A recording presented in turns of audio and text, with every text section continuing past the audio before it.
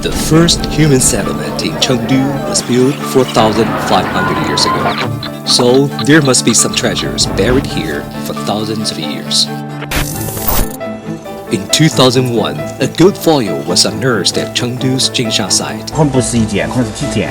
It is 0.02 centimeters in thickness and 12.5 centimeters in diameter. This magnificent artifact was later made the symbol of Chengdu, the songbird. I think the symbol, and they're astonishingly beautiful. Chengdu's earliest civilization appeared 3,000 years ago. The ancient Shu civilization worshipped the sun, birds, light, and nature.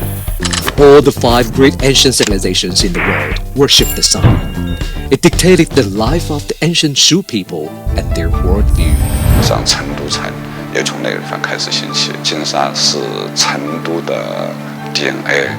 I think now with the work done over the last couple of decades in the Chengdu Plain, it's clear that there's a story in Sichuan that's equally interesting and important, all of which are relevant and connect eventually together in the story of East Asia as a whole.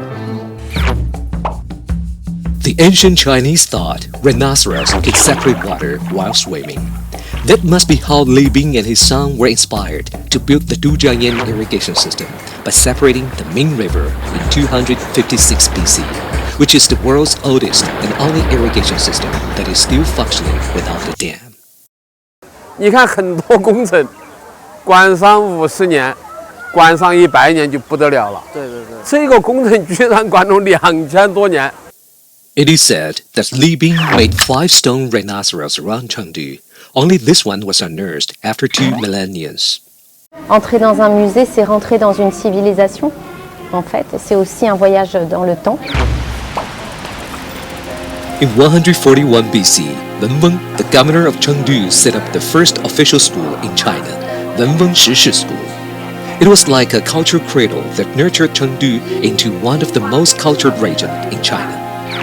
Over 300 years later, Liu Bei founded the Shu Kingdom during the Three Kingdoms period, a time that fascinates Japanese and South Koreans.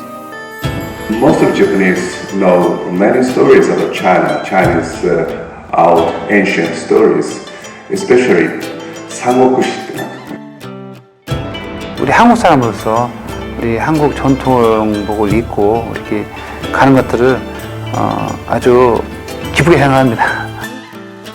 Wuhou Shrine is abundant in statues and monuments. Where lies the Prime Minister's shrine? In the forest outside the city of Chengdu. Zhuge Liang is remembered by people both in literature and in their hearts.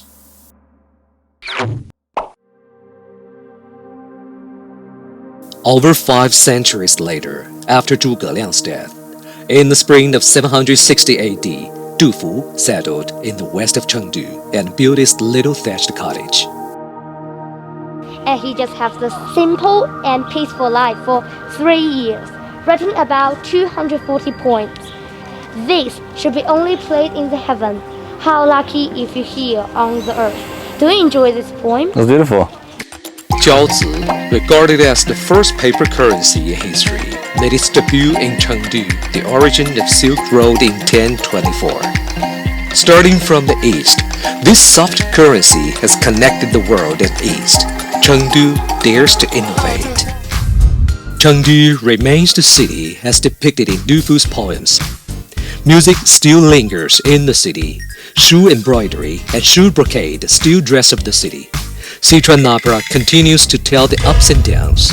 Now be it the independent bookstore or the Heming Tea House, the old lanes of Yuling Block or the old factory buildings in eastern suburb memory, Chengdu West Village or Sino-Ocean Taikuli Chengdu, Blue Roof Art District or Lux Lakes Eco City.